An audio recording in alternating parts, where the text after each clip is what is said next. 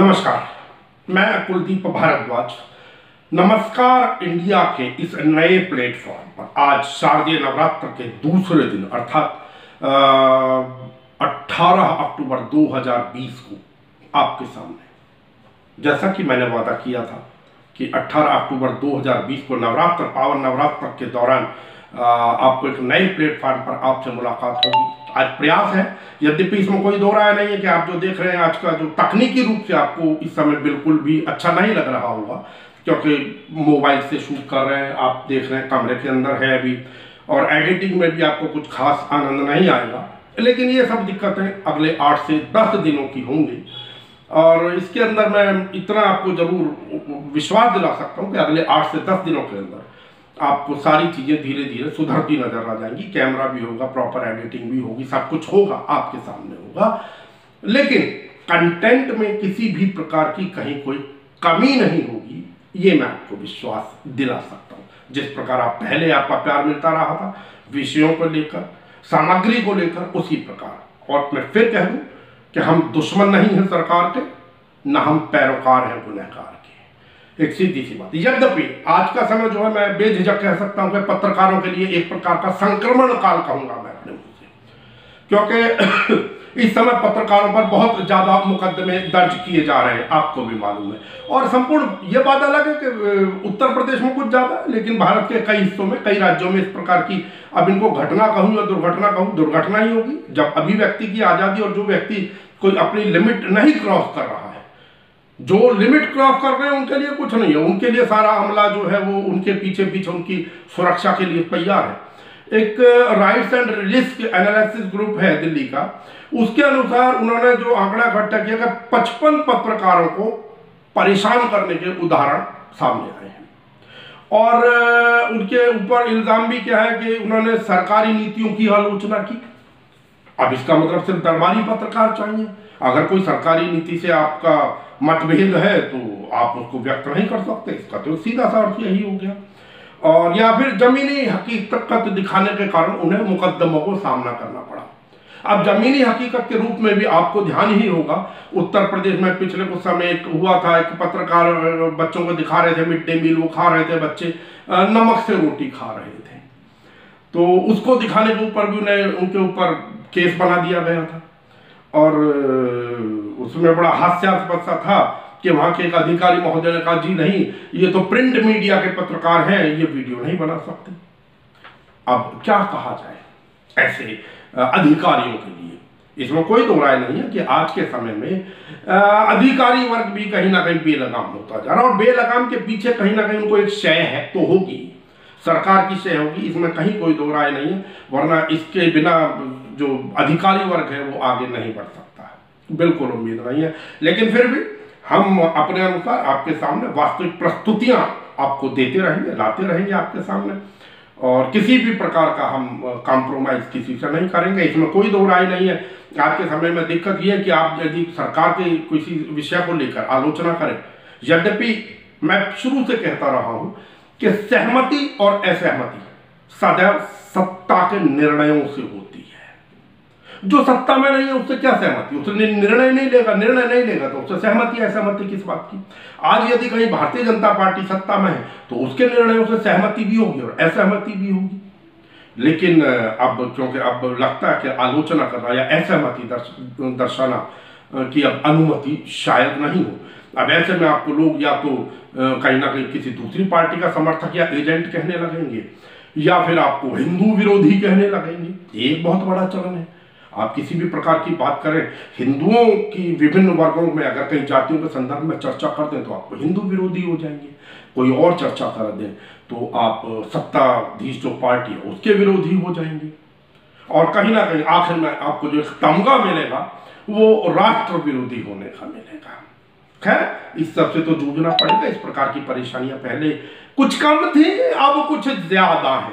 और ज्यादा ही, मैं जैसा कि एक उदाहरण बड़ा अजीब सा लगता है कहीं ना कहीं, कि जब अभी पीछे जब मैक्स ऐसे अवार्ड मिला रवीश कुमार को, तो बड़ा आश्चर्यजनक विषय था कि इतना ख्याति प्राप्त अवार्ड मिलने के पश्चात भी सरकार की ओर से सरकारी तौर पर किसी प्रकार का एक शब्द कहीं सुनाई नहीं दिया। गौर कीजिएगा, इंदिरा गांधी का शासन 80, 81, 82 के आसपास की बात है। अरुण शौरी, उनको भी अवार्ड मिला था और वो इंदिरा गांधी के धुर विरोधी थे, लेकिन इंदिरा गांधी ने उन्हें बुलाकर पीठ थपथपाई थी उनकी। कुछ तो सीखना चाहिए इतिहास से। इतिहास ने बहुत कुछ दिया है आपको, मुझे कहने में कोई गुरेज नहीं है, हर तरीके का, चाहे वो संपत्ति हो, चाहे उदाहरण प्रस्तुत करने के लिए हो। और कहा जाता है कि सदैव इतिहास से सीखा जाता है, लेकिन अब आज के समय में कोई इतिहास से सीखने की बजाय इतिहास को जैसे कहते हैं कि कहीं और फेंक के अपनी ही कोई सत्ता चलानी चाहे, तो अब क्या कह सकते हैं ऐसे लोगों के लिए। लेकिन खैर चलिए, आज के इस प्रकार के मगर पत्रकारिता के संक्रमण काल से गुजरते हुए भी मैं आगे एक और इस संदर्भ में मैं बता दूं आपको एक विस्तृत रिपोर्ट हम कल और परसों के कार्यक्रम में थोड़ी थोड़ी करके आपके सामने लाते रहेंगे। ऐसा नहीं है कि मैं इतना कह के यहाँ पर इतिश्री कर रहा हूँ। एक खुशखबरी मैं आपको जरूर देना चाहूँगा कि जो शीर्ष वैज्ञानिकों ने दावा किया है वो किया है कि फरवरी 2021 तक जो कोरोना का जो महामारी है वो काबू में आ जाएगी। परंतु उसके अंदर है कि कोरोना जो लक्षण वाले मरीज हैं उनकी संख्या भी 1,06,00,000 तक पहुंच जाएगी। ये दावा जो प्रस्तुत किया गया है आज ही वो है कि IIT हैदराबाद के जो प्रोफेसर M विद्यासागर हैं, उनकी अध्यक्षता में एक समिति बनी थी, विशेषज्ञ समिति बनी थी। आज उन्होंने नतीजे जारी करे प्रेस कॉन्फ्रेंस के माध्यम से, और उनके साथ IIT कानपुर के प्रोफेसर मनिंद्र अग्रवाल भी थे। उन्होंने ये जानकारी दी है कि हालांकि और उस समय के जो रोजाना संक्रमित मरीजों की संख्या होगी वो भी कुछ हजारों में रह जाएगी, जिन पर काबू पाना आसान होगा, आसानी से टैकल किया जा सकता है। यद्यपि सरकार ने कल एक और बात कही है कि संक्रमण का जो इस कोरोना संक्रमण का जो पीक था वो तो गुजर गया है, लेकिन हमें तैयार रहना होगा सर्दियों में इसके लौट के आने के लिए, और उसका और भी काफी नुकसान हम सहन कर सकते हैं, लेकिन पीक गुजर गया है। ये सरकार ने भी कल इस संदर्भ में जानकारी दी है। लेकिन हमें आशान्वित रहना चाहिए, खुश होना चाहिए कम से कम प्रोफेसर M विद्यासागर और प्रोफेसर मनिंद्र अग्रवाल की इस घोषणा से, और या जो भी रिपोर्ट घोषणा को इन्होंने अपनी तरफ से नहीं कर दी है, कोई सरकारी चुनाव के अंदर खड़े होकर कोई घोषणा नहीं कराए, अध्यक्षता विशेषज्ञों की टीम थी, उन्होंने जो घोषणा की है। अब एक और खबर मैं जो पिछले कुछ दिनों से बहुत चर्चा में है, आपको मालूम है, जो हाथरस का जो बिटिया के साथ बलात्कार और उसका जो कत्ल किया गया, जो बेरहमी से हत्या कर दी गई गुड़िया की, उसके विषय में। और मैं स्पष्ट कर दूं, आपने पहले भी कभी देखा होगा, मैं इस प्रकार की चीजों को कहीं सवर्ण, अवर्ण, दलित, उप अपर कास्ट, हिंदू, मुस्लिम, इनमें कभी नहीं बांटता। मेरे लिए इंसान इंसान है, हिंदू हो, मुस्लिम हो, स्त्री हो, पुरुष हो, ब्राह्मण हो, दलित हो, कोई भी हो, इंसान इंसान है। मानवता हमारे लिए पहले है। तो उसके अनुसार जो, क्योंकि अब CBI को जांच सौंपी ही जा चुकी है, और CBI को जांच सौंपने में CBI ने एक छोटू लाल करके थे, छोटू राम, उनको फिर से बुलाया है पूछताछ के लिए। उनको हालांकि परसों शुक्रवार को भी उनसे पूछताछ की गई थी, और वो ऐसा माना जाता है कि उन्होंने खुद को कहा कि मैं चश्मदीद हूँ। तो सबसे पहले चश्मदीद उन्होंने ही अपने आप को घोषित किया था या बताया था। तो इस आधार पर उनके साथ एक बार फिर से पूछताछ होगी।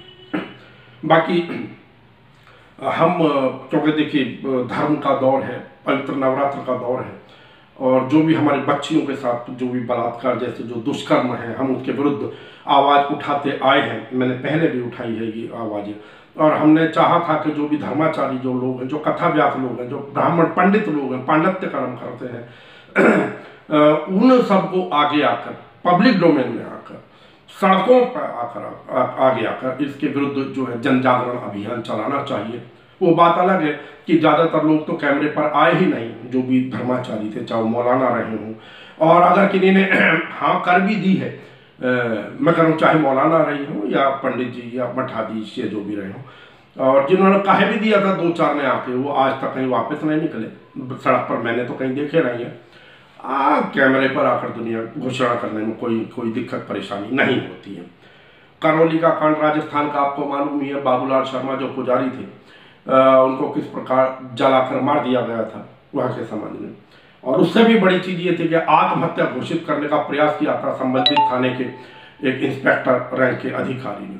इसी प्रकार यहाँ भी प्रयास हुआ, यहाँ भी प्रयास किया ही जा रहा था कि नहीं जी हत्या तो उसके घर वालों ने की है, जो गुड़िया हाथरस वाली थी। और एक और नई जानकारी मैं आपको दे दूं इसी में, जो महोबा उत्तर प्रदेश के जो इंद्रकांत त्रिपाठी जिनसे उगाही भी की जाती थी और उनकी हत्या में जो संलिप्त जो बार बार धमकी दे रहे थे, जिनकी वीडियो भी वायरल की थी मरने वाले ने अपने मरने से पहले, इंद्रकांत त्रिपाठी जी ने, वो IPS मणिलाल, वो तो हालांकि अखिल भारतीय ब्राह्मण महासभा ने जब से उनके विरुद्ध दिल्ली से आवाज कुछ तेज की थी उसके बाद से वो फरार तो हो गए, लेकिन बदकिस्मती देखिए कि उनके ऊपर से मणिलाल पाटीदार के ऊपर से एक IPS ऊपर से हत्या की धारा हटा दी गई है। अब उनके ऊपर धारा लगाई गई है आत्महत्या के लिए उकसाने की। देखिए बड़ा अजीब सी चीज है, जिन्होंने वीडियो वायरल किया उनसे उगाही की जाती थी, सारी की सारी प्रमाणिकता है, लेकिन एक IPS की जांच एक IPS अधिकारियों को सौंपी गई और उन IPS ने इन IPS महोदय को, पाटीदार साहब को इस प्रकार के आरोपों से, हत्या के आरोपों से मुक्त कर दिया। लेकिन अभी वो फरार है और आत्महत्या के लिए, वही सुशांत राजपूत वाला कि आत्महत्या के लिए, अब हत्या नहीं मिली तो आत्महत्या के लिए वहां ये केस था, यहाँ पर इस प्रकार का केस बनाया जा रहा। और करौली के अंदर, राजस्थान के अंदर भी यही प्रयास किया गया कि आत्महत्या की। नहीं समझ आता इन लोगों के ऊपर, शर्म आनी चाहिए ऐसे अधिकारियों को। और मैं तो कहता हूँ समाज को, ये सारी कमी कहीं ना कहीं समाज की होती है। समाज जब आगे नहीं आता, आवाज नहीं उठाता और कहीं ना कहीं राजनीतिक चाटुकारिता में व्यस्त रहता है, क्योंकि ऐसा होता है कि राजनीतिक चाटुकारिता में व्यस्त रहने के कारण वो आगे नहीं आएंगे, वो कहीं ना कहीं उसको हिंदू मुस्लिम रूप देंगे, नहीं हमारे हिंदू वोटों में सेंध लग जाएगी, वो कहेगा मेरी उस वोटों में सेंध लग जाएगी, कल को पता पड़ेगा सवर्ण अवर्ण का। क्योंकि राजनीतिक चाटुकारिता ही मैं कह रहा हूँ जानबूझकर, इस राजनीतिक चाटुकारिता के अंदर न्याय नहीं मिल पाता है। और फिर वही बात होता, फिर आखिर में वही है कि जब इनके खुद के ऊपर किसी को गुजरती है तब ये लोग समाज को, संगठनों को, ना जाने किस किस को दोषी ठहराने लगते हैं। सोचना होगा।